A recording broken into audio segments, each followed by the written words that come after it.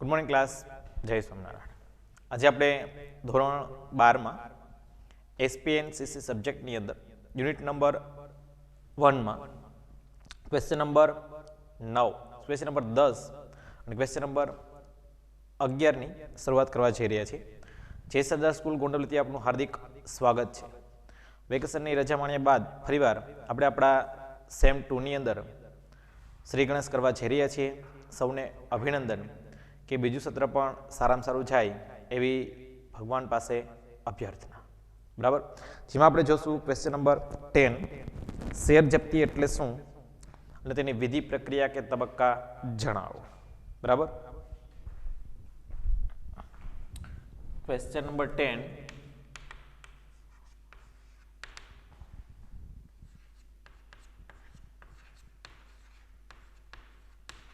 Share જપ્તી એટલે શું?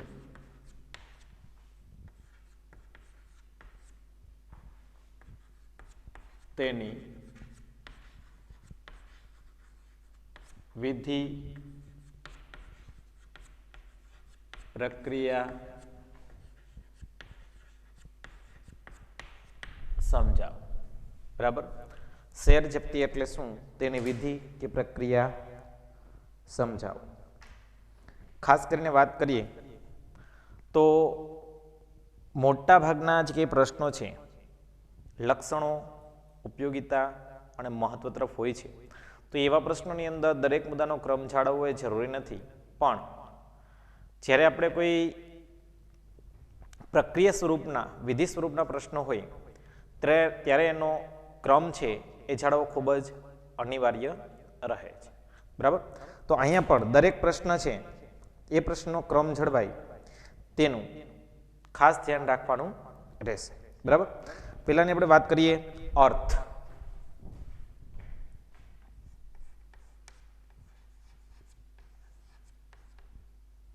Share જપ્તીનો અર્થ. બરાબર. કોઈ પણ પ્રશ્નને લખવાની શરૂઆત કરીએ ત્યારે પેલા પ્રશ્નને એકવાર રીડ કરવો, પછી એ પ્રશ્ન શું કહેવા માંગે છે એને ધ્યાનમાં રાખીને આપણે લખવાનો પ્રયત્ન કરવાનો છે. બરાબર. અહીંયા આપેલું છે શેર જપ્તી. શેર જપ્તીનો અર્થ આપણે બોર્ડની મેથડ પ્રમાણે લખીએ છીએ એ પ્રમાણે જ. બરાબર. એ મુજબ આપણે શેર જપ્તીનો અર્થ લખશું. શેર પર મંગાવેલ હપ્તા, શેર પર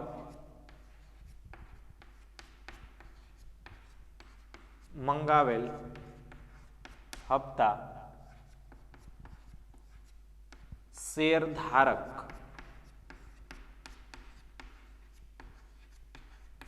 નિયત સમયમાં ન ભરે ત્યારે અત્યાર સુધી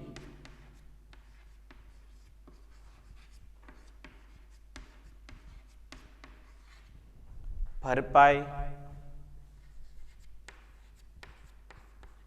થયેલ રકમ અને શેર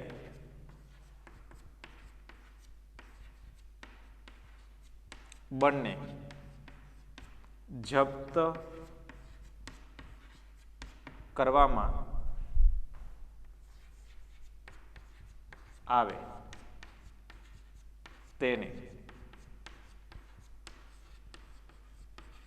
શેર જપ્તી કહે છે. રેડી? આ છે આપણી ડેફિનેશન શેર જપ્તી અંગેની, કે કોઈ પણ કંપનીની અંદર શેર જપ્તી છે શા માટે કરવામાં આવે અને કઈ રીતે કરવામાં આવે છે. બરાબર. તો કોઈ પણ કંપનીની અંદર જ્યારે શેર ધારક છે એને શેર ઉપર હપ્તા છે એ ચૂકવવાના હોય છે, એટલે કંપની છે એ શેર ઉપર હપ્તા મંગાવે છે. ત્યારે એ શેર ધારક છે એ નિયત રીતે, એટલે કે નિયમ મુજબ, બરાબર, નક્કી કરેલ સમયની અંદર એ હપ્તા ભરપાઈ કરી શકતો નથી. હપ્તાની રકમ છે એ સમયસર ન ભરે તો એવા સંજોગોની અંદર અત્યાર સુધી ભરપાઈ થયેલી રકમ અને શેર બંને શું કરવામાં આવે તો કે જપ્ત કરવામાં આવે છે. તો આ જે પ્રક્રિયા બને છે એને શું કહેવાય? શેરની જપ્તી. એક્ઝામ્પલ તરીકે વાત કરીએ આપણે અહીંયા કે દાખલા તરીકે એક એ નામની કંપની છે, બરાબર? આ બી નામનો વ્યક્તિ છે. આ બી નામના વ્યક્તિએ 100 શેરની ખરીદી કરી. એક શેરની કિંમત 10 રૂપિયા. તો ટોટલ ચૂકવવા પાત્ર રકમ કેટલી? તો કે 1000. કંપની છે એ એમ કહે છે કે ભાઈ તમે હપ્તે હપ્તે રકમ ભરી દેજો, 500 રૂપિયા કેશ પેમેન્ટ, બાકીના 500 ના શું કરશે? તો કે હપ્તા કરશે. તો કે દરેક હપ્તો કેટલાનો? તો કે 100 નો. કેટલા હપ્તા થશે? તો કે 5. બરાબર? કન્ટિન્યુ 4 અને 5. 5 હપ્તા એને ભરવાના રહેશે. પેલા કેટલા ચૂકવી દીધા એને? તો કે 500. પહેલો હપ્તો ભર્યો શેરધારકે 100 રૂપિયા. બીજો હપ્તો ભર્યો 100 રૂપિયા. હવે શું થાય છે? કંપનીએ તો નિયમ પ્રમાણે કીધું જ તું. કેટલા? તો કે નિયત પ્રમાણે મંગાવેલ હપ્તા. કેટલા હપ્તા? તો કે 5 હપ્તા હતા. એટલે કંપની એને નિયત સમયે 5 હપ્તા ભરવાનું કહે છે, પણ શેરધારક શું કરે છે? તો કે પહેલો હપ્તો નિયમ મુજબ ભરે છે, બીજો હપ્તો પણ નિયમ મુજબ ભરે છે, પણ ત્રીજા હપ્તાથી તો કે ગુલ નથી ભરવા. ભરપાઈ થઈ શકે એવી કોઈ જોગવાઈ નથી. તો કંપનીમાં અત્યાર સુધી કેટલા રકમ ભરી એને? તો કે 700. બરાબર ને? પ્લસ એટલે શું રોકેલા હતા? તો કે શેર. રેડી ને? તો કોઈ પણ કંપનીની અંદર ભરપાઈ થયેલા શેર અને રકમ બંને કંપની શું કરે છે? તો કે જપ્ત કરી લે છે. અત્યાર સુધી ભરપાઈ થયેલી રકમ કેટલી હતી? તો કે 700 પ્લસ એના શેર કંપનીએ શું કર્યું? તો કે જપ્ત. આ જે પ્રક્રિયા થઈ એને શું કહેવામાં આવ્યું? તો કે શેરની જપ્તી તરીકે ઓળખવામાં આવે છે. બરાબર? એટલે કોઈ પણ કંપનીની અંદર કોઈ પણ શેરધારક પાસે મંગાવેલ રકમ એ સમયસર ન ભરવામાં આવે ત્યારે એવા સંજોગોની અંદર શેરધારક પાસેથી રકમ અને શેર બંને છે એ કંપની દ્વારા જપ્ત કરવામાં આવે તો આવી જે પ્રક્રિયા થાય એને શું કહેવાય? તો કે શેરની જપ્તી તરીકે ઓળખવામાં આવે છે. રેડી? હવે આપણે જોશું શેર જપ્તીની પ્રક્રિયા વિધિ કે તબક્કા.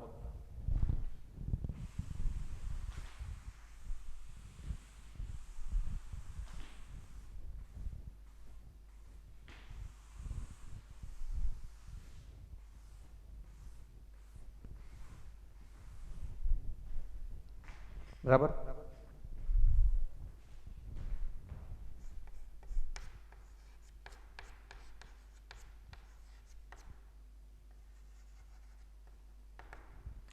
સૂત્ર છે એનું બાબા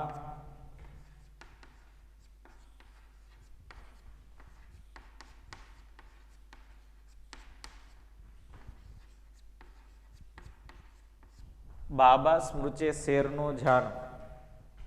બરાબર? અહીંયા આપણે વાત કરીએ તો શેર જપ્તીની પ્રક્રિયા વિધિ કે તબક્કા. બરાબર? એમાં સૂત્ર છે બાબા સ્મૃત્યે શેરનો જાણો. બરાબર? જેમાં પહેલો મુદ્દો છે એ દર્શાવીએ તો બાકી હપ્તાની યાદી. બાકી હપ્તાની યાદી તૈયાર કરવી. મુદ્દા નંબર 1. મુદ્દા નંબર 2, બાકી હપ્તાની યાદી સંચાલક મંડળ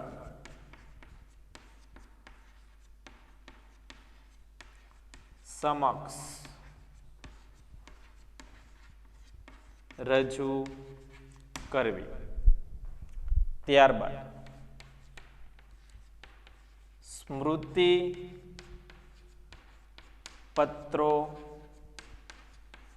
મોકલવા. ત્યારબાદ ચેતવણી પત્રો મોકલવા. ત્યારબાદ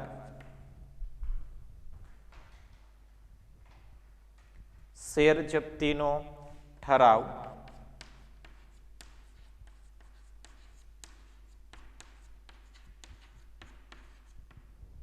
શેર જપ્તીનો ઠરાવ. ત્યારબાદ વાત કરીએ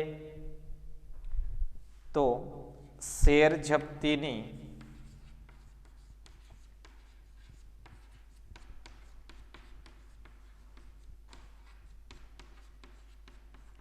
નોટિસ મોકલવી. ત્યારબાદ જાહેર નોટિસ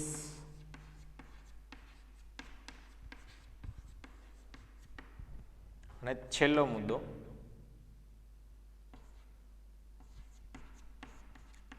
સભ્ય પત્રકમાં નોંધ કરવી. બરાબર. સૂત્ર મુજબ જઈએ તો દરેકે દરેક મુદ્દાનો પ્રથમ અક્ષર તમે લઈ લ્યો એટલે તમારી પાસે ફોર્મ્યુલા બની ગયો. બરાબર. શેર શબ્દ છે અહીંયા આખો લેવાનો છે. બરાબર. બાબાસ બુચે શેરનો જાનો. બાકી હપ્તાની યાદી તૈયાર કરવી. આ યાદી છે એ સંચાલક મંડળ સમક્ષ રજૂ કરવી. પછી સ્મૃતિપત્રો મોકલવા. સ્મૃતિ એટલે યાદ થાય, કોઈકને યાદ અપાવવું એને કહેવાય સ્મૃતિપત્રો. બરાબર. એટલે સ્મૃતિપત્રો મોકલવા. ત્યારબાદ ચેતવણી પત્રો મોકલવા. ત્યારબાદ શેર જપ્તીનો ઠરાવ કરવો. ઠરાવ થઈ ગયા બાદ શેર જપ્તીની નોટિસ મોકલવી. એ નોટિસના આધારે જાહેર જનતાને જાણ કરવામાં આવે છે એટલે શેર જાહેર નોટિસ મોકલવી. અને એ જાહેર નોટિસના અંતે સભ્યપત્રકમાં શું કરવી તો કે નોંધ કરવી. રેડી. તો આ રીતના દરેકે દરેક વિભાગની અંદર દરેકે દરેક શેર જપ્તીની પ્રક્રિયામાં ટોટલ 8 મુદ્દાઓનો સમાવેશ કરવામાં આવે છે. સૂત્ર હતું આપણું બાબાસ બુચે શેરનો જાનો. બાકી હપ્તાની યાદી, આ યાદી સંચાલક મંડળ સમક્ષ રજૂ કરવી.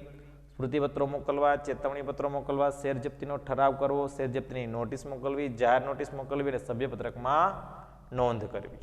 રેડી.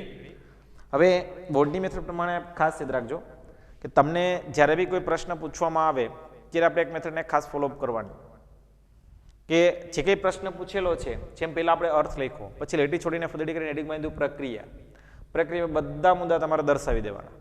પછી કોઈ પણ 4 મુદ્દા તમારે સમજાવવાના રહેશે. શું કામે? જો 3 ગુણમાં પૂછવામાં આવેલો હોય તો 3 મુદ્દા, 4 ગુણમાં પૂછવામાં આવેલો તો 4 મુદ્દા તમારે સમજાવવાના રહેશે. રેડી. આપણે વાત કરીએ અહીંયા દરેકે દરેક મુદ્દાની સમજૂતી. જેમાં પહેલો મુદ્દો વાત કરીએ બાકી હપ્તાની યાદી તૈયાર કરવી.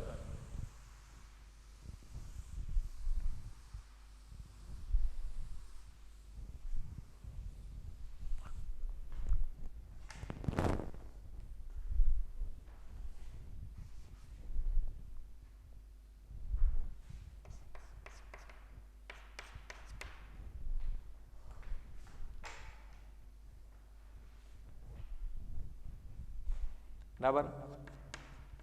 કંપની સેક્રેટરી દ્વારા જે શેરધારકોના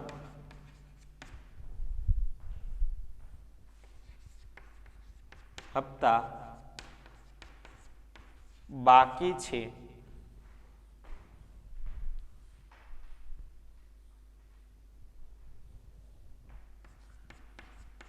તેવા શેરધારકોની એક યાદી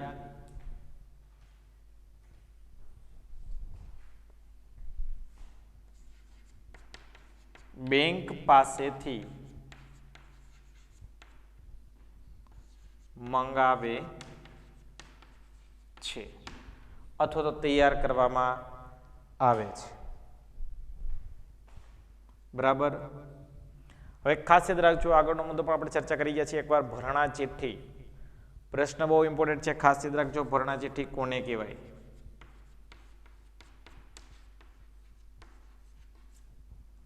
ભરણા ચિઠ્ઠી. આ પ્રશ્ન આ મુદ્દાની સાથે સંકળાયેલો નથી, મગજમાં રાખજો. આ આમનો છે એ ઉત્તર છે, 1 માર્કનો પ્રશ્ન છે. ભરણા ચિઠ્ઠી કોને કહેવાય? આ બેંક જે યાદી મોકલે છે ને, બેંક પાસેથી યાદી મંગાવવામાં આવે છે, આ યાદી એટલે ભરણા ચિઠ્ઠી.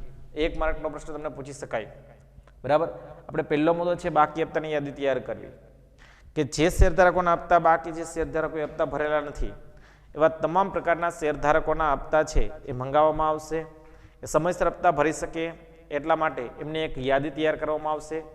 આ યાદી કોની પાસે હોય તો કે બેંક પાસે. તો બેંક શું કરે છે તો કે બેંક બાકી હપ્તાની યાદી કંપનીને મોકલી આપે. આ યાદી એટલે ભરણા ચિઠ્ઠી, આની સાથે કનેક્ટેડ નથી, પણ આમાં સમજૂતીમાં તમે આપી શકો. ભરણા ચિઠ્ઠી એટલે શું તો કોઈ પણ બેંક છે, શેરધારકોના હપ્તા શેર બાકી છે એમની યાદી છે, એ યાદી કોઈ પણ કંપનીને મોકલી આપવામાં આવે તો એને ભરણા ચિઠ્ઠી તરીકે ઓળખવામાં આવે છે, બરાબર. તો આ રીતના કંપની સેક્રેટરી છે એ જુદા શેરધારકોના હપ્તા ભરેલા નથી, તો જેમના હપ્તા ભરવાના બાકી છે એવા તમામ પ્રકારના શેરધારકોની એક યાદી બનાવે છે, અને આવી યાદી છે એ બેંક પાસેથી મંગાવવામાં આવે છે, જેને આપણે શું કીધું તો કે ભરણા ચિઠ્ઠી. રેડી. મુદ્દા નંબર 2, બાકી હપ્તાની યાદી સંચાલક મંડળ સમક્ષ રજૂ કરવી.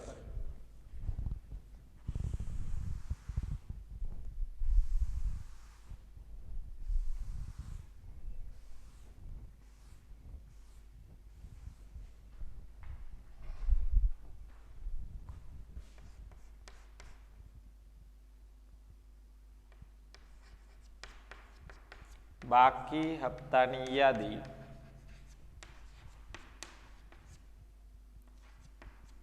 સંચાલક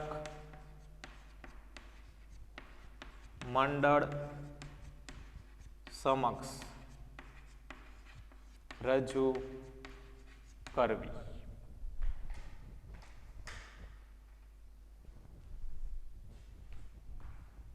બરાબર. બાકી હપ્તાની યાદી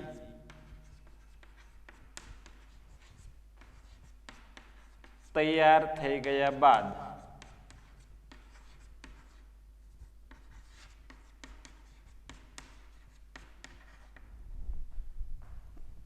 સંચાલક મંડળ સમક્ષ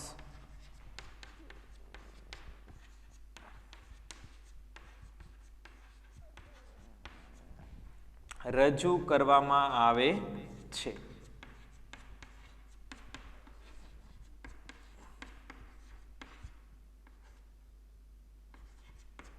ત્યારબાદ યોગ્ય ચર્ચા વિચારણા કરી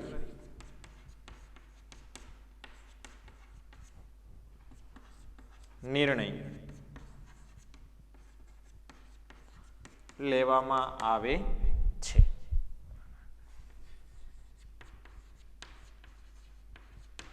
રેડી.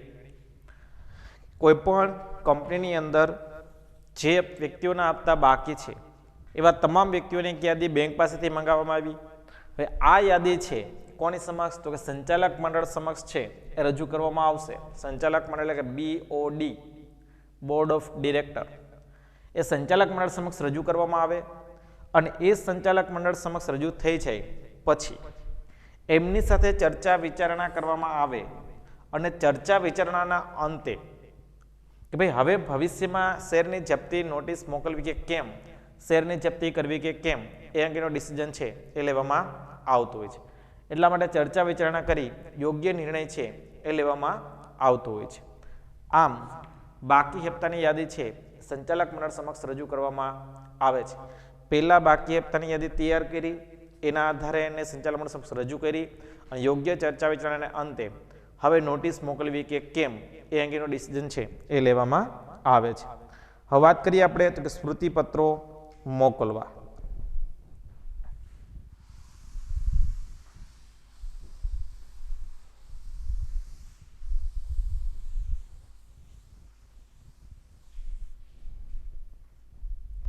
મુદ્દા નંબર 3,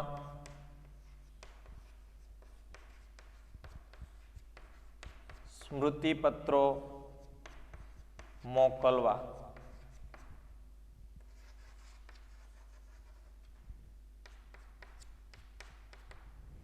બરાબર.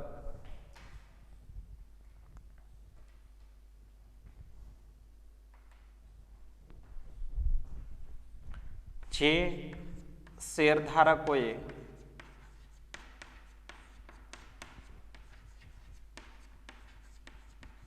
હપ્તા ભરેલ નથી તેમને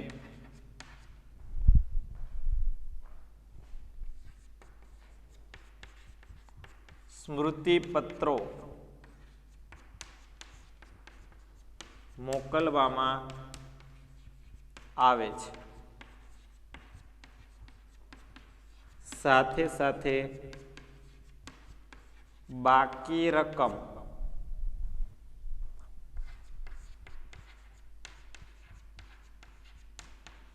ભરપાઈ કરવાનું જણાવવામાં આવે છે. બરાબર, ખાસ યાદ રાખજો સ્મૃતિપત્રો મોકલવા.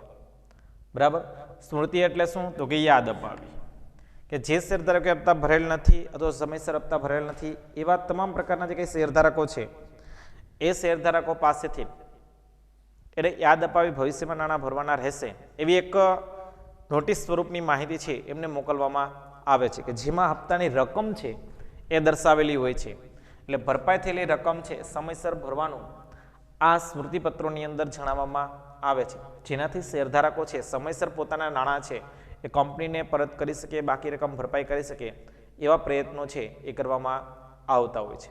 એટલે સ્મૃતિપત્રો દ્વારા જે વ્યક્તિએ શેરના હપ્તા ભરેલ નથી એવા તમામ પ્રકારના શેરધારકોને એક સ્મૃતિપત્ર મોકલવામાં આવે છે અને એના આધારે બાકીની રકમ ભરપાઈ કરી જવાની એક સૂચના છે જાહેર સ્વરૂપની આપવામાં આવતી હોય છે.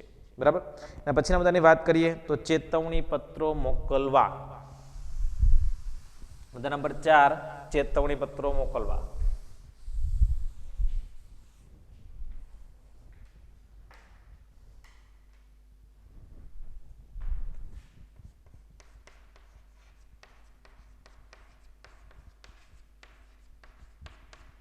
ચેતવણી પત્રો મોકલવા.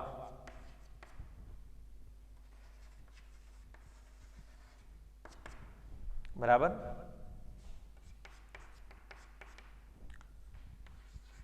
જે શેરધારકો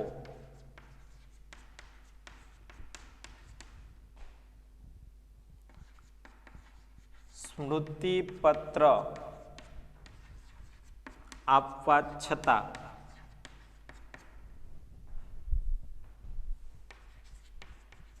હપ્તા ભરતા નથી તેવા સભ્યોને અંતિમ ચેતવણી પત્રો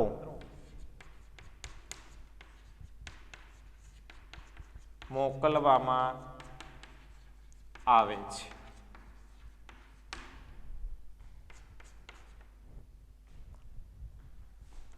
આ પત્રો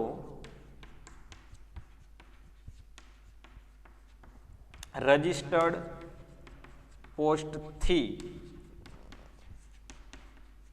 મોકલવામાં આવે છે.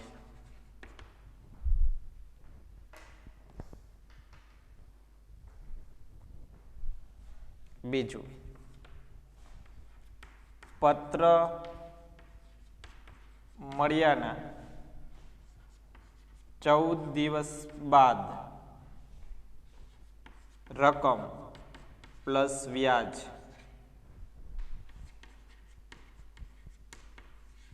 ભરપાઈ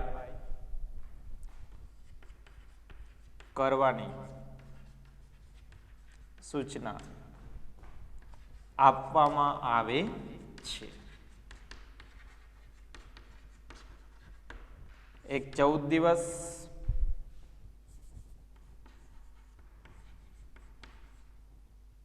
આ 14 દિવસ છે એ ખાસ યાદ રાખજો. એક રજિસ્ટર્ડ પોસ્ટ જે તમને બંને એક વિકલ્પની અંદર અથવા 1 માર્કના પ્રશ્નોની અંદર પૂછાઈ શકે એવો પ્રશ્ન. બરાબર, ઘણીવાર છે એ પ્રશ્ન તમને એ રીતના પૂછાઈ જતો હોય કે ભાઈ ચેતવણી પત્રો છે કઈ રીતના મોકલવામાં આવે છે. તો ચેતવણી પત્રો છે એ રજિસ્ટર્ડ પોસ્ટથી મોકલવામાં આવે છે. રજિસ્ટર્ડ પોસ્ટની એક ખાસિયત છે કે સામેની વ્યક્તિને મળે પણ એની સાબિતી હોય, મોકલનાર વ્યક્તિને પણ સાબિતી હોય. કોઈ પણ વ્યક્તિને મળે છે કેમ એ બંનેને એકબીજાને સાબિતી મળે છે, એટલા માટે રજિસ્ટર્ડ પોસ્ટનો છે એ ઉપયોગ કરવામાં આવતો હોય છે. બીજી વસ્તુની વાત કરીએ તો 14 દિવસ, કે માની લો કે આજની તારીખમાં કોઈને ચેતવણી પત્ર મળે છે, બરાબર, તો આજના 14 દિવસ બાદ અને વ્યાજ સહિત રકમ કંપનીને ભરપાઈ કરવી પડે છે. એટલે આ રીતના દરેક કંપનીની અંદર ચેતવણી પત્રો છે એ મોકલવામાં આવતા હોય છે. પહેલાં એને સ્મૃતિપત્રો મોકલવામાં આવે. સ્મૃતિ એટલે કે યાદ. તમે પહેલાં આપણે કોઈને વિનંતી કરીએ, પછી ન માને તો આગળની પ્રોસેસ કરીએ. જેમ કે લાતો કે ભૂત બાતો સે નહીં માનતે, હવે આપણે કહેવત છે, બરાબર ને. પણ મોટે ભાગે કંપનીની અંદર એવી કોઈ પ્રોસિજર કરવામાં આવતી નથી, બરાબર. અને સ્મૃતિપત્રો છે એ મોકલવામાં આવે છે, પણ ઘણીવાર સ્મૃતિપત્રો એટલે કે સામાન્ય યાદ અપાવવા છતાં પણ વ્યક્તિઓ માનતા નથી, એટલે કે હપ્તા ભરતા નથી. તો એવા સંજોગોની અંદર શું મોકલવામાં આવે? તો કે ચેતવણી પત્રો મોકલવામાં આવે. આ ચેતવણી પત્રો છે એ કેવી રીતે? તો કે રજિસ્ટર્ડ પોસ્ટથી જ મોકલવામાં આવશે. અને બીજું, જે દિવસે એને રજિસ્ટર્ડ પોસ્ટથી એને ચેતવણી પત્રો મળે છે એ દિવસથી 14 દિવસ, કેટલા દિવસ? 14 દિવસ સુધીમાં શું કરવું પડે? તો કે ભાઈ રકમ પ્લસ વ્યાજ, એટલે કે બાકી હપ્તાની રકમ પ્લસ વ્યાજ, ટોટલ રકમ એને ભરપાઈ કરવાની સૂચના આપવામાં આવે છે. કેમાં? તો કે ચેતવણી પત્રોમાં, બરાબર. આમ શેર જપ્તીની પ્રક્રિયા છે એ અંશતઃ રીતે આ રીતના કરવામાં આવે છે. રેડી? હવે આપણે વાત કરશું પ્રશ્ન નંબર 10 ની, બરાબર. પ્રશ્ન નંબર 11માં અસરો, બરાબર. મિત્રો ખાસ યાદ રાખજો, આ શેર જપ્તીનો પ્રશ્ન છે એ પૂર્ણ થાય છે, બરાબર.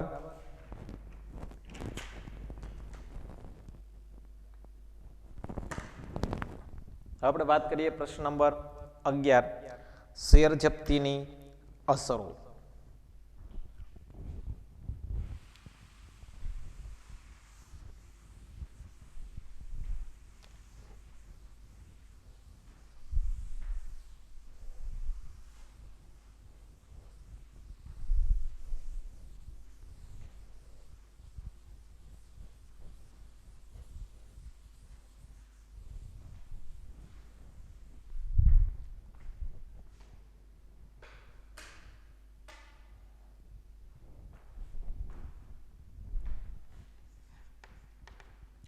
ક્વેશ્ચન નંબર 11,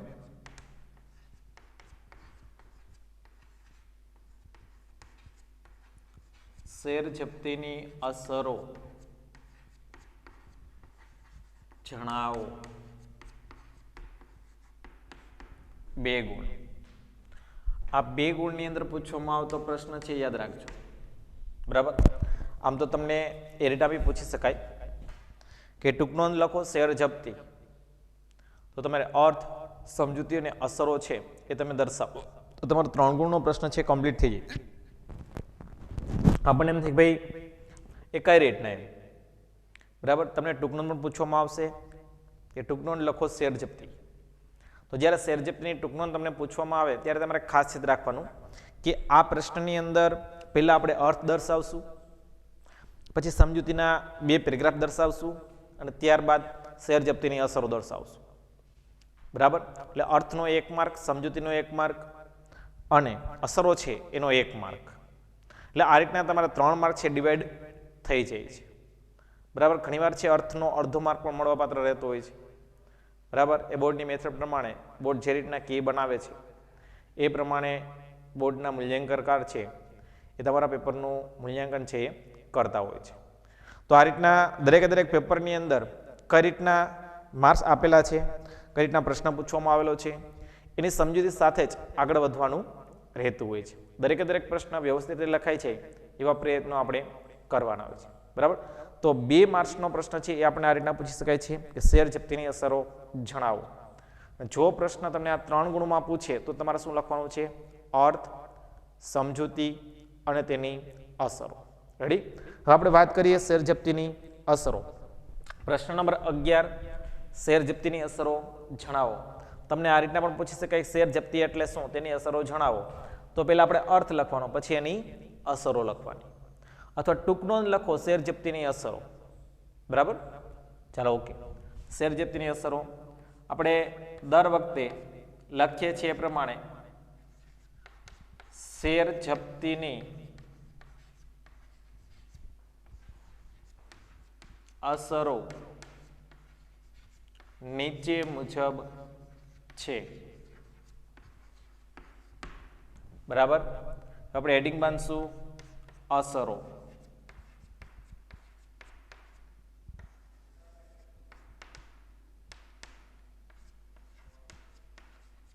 સના ડીમું આપણી જે ફોર્મ્યુલા સિસ્ટમ છે એ જ મુજબ આપણે આગળ વધશું. બરાબર, સના ડીમું. શું કામ ભાઈ સના ડીમું? કારણ કે એના આધારે આપણે પ્રશ્ન છે કેવી રીતે યાદ રાખવો, કેવી રીતના લખવો, એના વિશેનો આપણને ખ્યાલ આવી શકે છે અને પ્રશ્ન સરળતાથી તમે લખી શકો છો. પહેલું,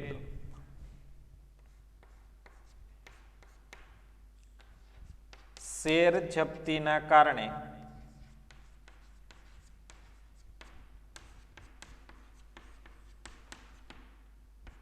તેના સભ્યપદનો અંત આવે છે. શેર જપ્તીના કારણે તેના સભ્યપદનો અંત આવે છે. બરાબર. બીજી વસ્તુની વાત કરીએ તો કે ભાઈ શેર જપ્તીના કારણે, પેલા આપણે દરેક મુદ્દો લખી લઈએ પછી આપણે દરેક મુદ્દો સમજવાનો પ્રયત્ન કરીએ. બરાબર, શેર જપ્તીના કારણે શેરધારક અત્યાર સુધી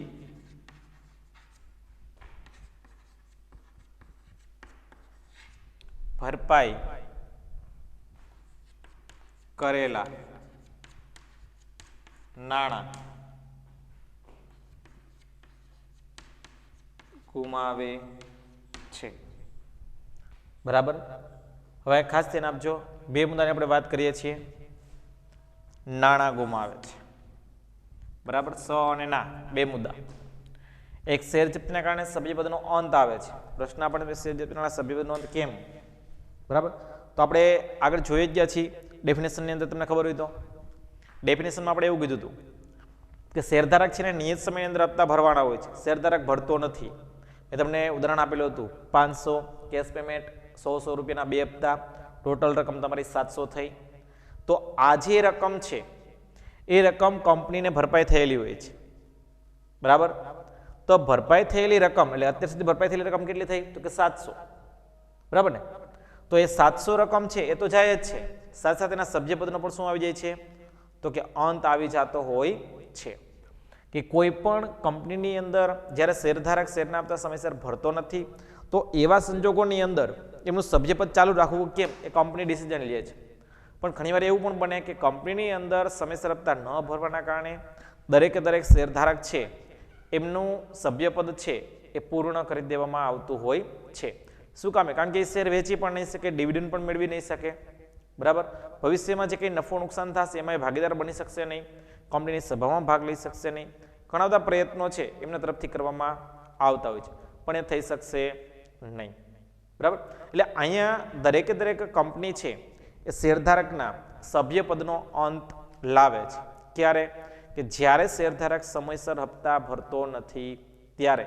એટલે પહેલો મુદ્દો કે કોઈ પણ કંપનીની અંદર શેરધારકના હપ્તા સમયસર ભરાતા નથી એટલે કે શેર જપ્તીના કારણે તો કે સભ્યપદનો તો કે અંત આવે છે. એટલે પહેલો મુદ્દો સભ્યપદનો અંત. મુદ્દા નંબર 2 ની વાત કરીએ તો કે અત્યાર સુધી ભરપાઈ થયેલી રકમ, બરાબર, એટલે કે નાણાં ગુમાવે છે. ભરપાઈ થયેલી રકમ, ભરપાઈ કરેલા નાણાં છે એ ગુમાવે છે. મેં તમને પહેલા ઉદાહરણ આપેલું હતું. બરાબર ને? 1000 રૂપિયા તો કે મૂળ કિંમત, 500 રૂપિયા કેશ, 200 હપ્તા, આ કેશ પેમેન્ટ, આ હપ્તાની રકમ. બરાબર, આ ટોટલ રકમ કેટલી થાય? 700. કોને આપેલી છે? તો કે કંપનીને, બરાબર ને? શેર જપ્તી થશે એટલે શું થયું? તો કે અત્યાર સુધી ભરપાઈ થયેલી રકમ કેટલી ટોટલ? તો કે 700. 500 કેશ પેમેન્ટ કર્યું હતું, એ 200 રૂપિયા હપ્તાની રકમ. આ બંને વસ્તુઓ છે એ શું થાય છે? તો કે ગુમાવે છે. એટલે કે અત્યાર સુધી ભરપાઈ થયેલી રકમ અને નાણાં બંને ગુમાવે છે, બરાબર? ફરી ધ્યાન આપજો કે કોઈ પણ કંપનીની અંદર શેર જપ્તીના કારણે તેના સભ્યપદનો અંત આવે છે. બીજું, શેર જપ્તીના કારણે શેરધારક અત્યાર સુધી ભરપાઈ થયેલી રકમ છે કે નાણાં છે એ પણ ગુમાવે છે. રેડી? હવે વાત કરીએ મુદ્દા નંબર 3.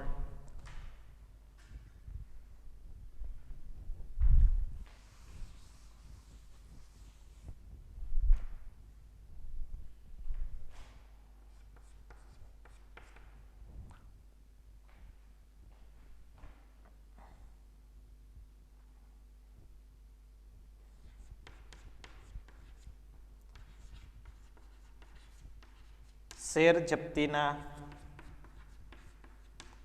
કારણે શેરધારક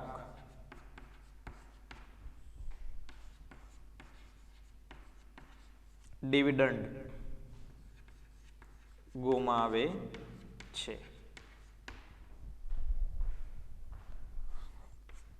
છેલ્લો મુદ્દો, શેર જપ્તીના કારણે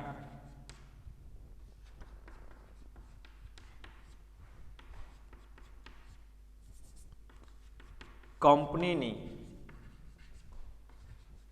મૂડીમાં ઘટાડો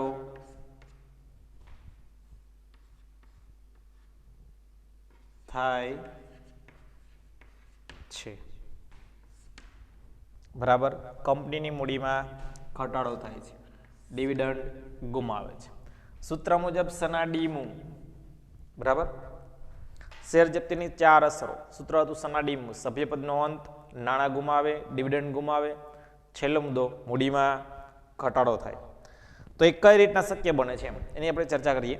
તો ત્રીજો મુદ્દાની વાત કરીએ તો શેર જપ્તીના કારણે શેરધારક ડિવિડન્ડ ગુમાવે છે. આપણે પહેલા પણ વાત કરી હતી એમ કે 1000, 500 અને 200, બરાબર? ટોટલ કેટલા ભરવાના હતા? એને 5 હપ્તા ભરવાના હતા, પણ ભર્યા કેટલા ભાઈએ? તો કે 2. છેલ્લા સુધી એ પહોંચતો નથી.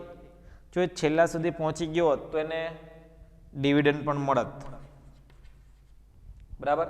પણ હવે છેલ્લા સુધી પહોંચતો નથી, અધવચ્ચે અટકી જાય છે, એટલે હવે ડિવિડન્ડ એને મળવા પાત્ર રહેતું નથી, કારણ કે એના સભ્યપદનો શું આવી જાય છે? અહીંયા અંત આવી જાય છે.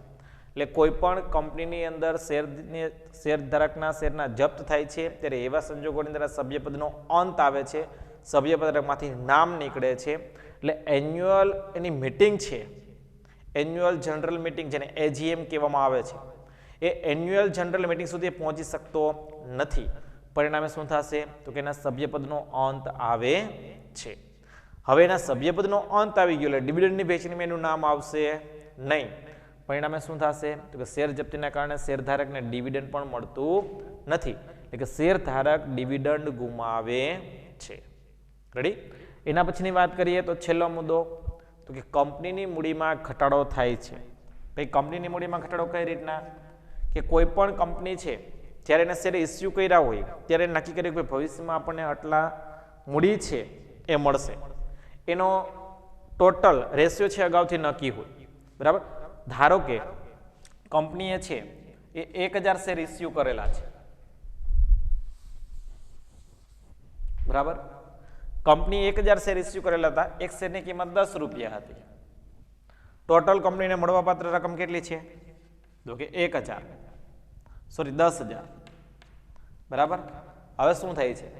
કંપનીએ નક્કી કર્યું હતું આપણને વર્ષ દરમિયાન 10,000 રૂપિયા મળવા પાત્ર રહેશે, આવું વિચારી લીધું કંપનીએ.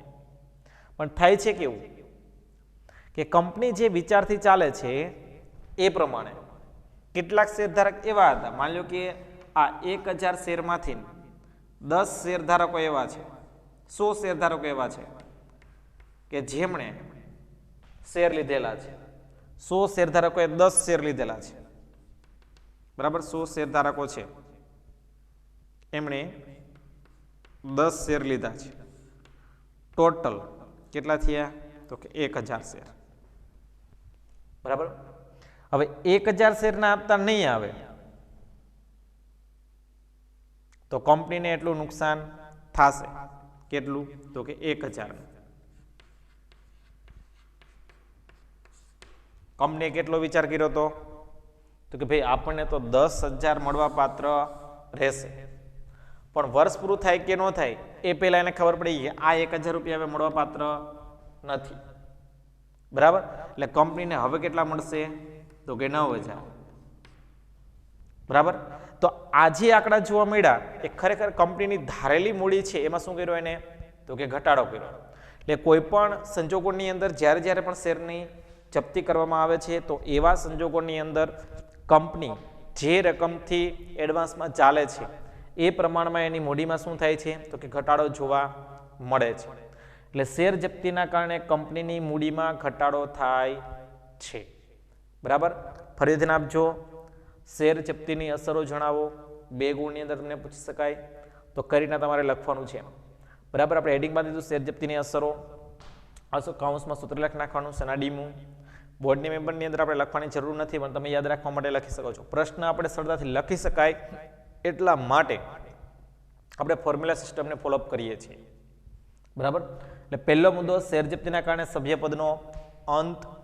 આ કોમન વર્ડ્સ છે, બાકી તમારે ખાલી મુદ્દાને જ એડ કરવાનો છે. સભ્યપદનો અંત, નાણાં ગુમાવે છે, ડિવિડન્ડ ગુમાવે છે અને મૂડીમાં ઘટાડો થાય છે. રેડી? તો આ રીતના પ્રશ્ન નંબર 10 અને 11 છે એ આપણે અહીંયા કમ્પ્લીટ કરીએ છીએ, બરાબર. એસપીએનસીસીની અંદર પ્રશ્ન નંબર 10 અને 11 હજી અહીંયા સમાપ્ત કરીએ છીએ. નેક્સ્ટ પીરિયડની અંદર નવા મુદ્દા સાથે ફરીવાર મળશું. ત્યાં સુધી બધાને ઓલ ધ બેસ્ટ. જય સ્વામિનારાયણ.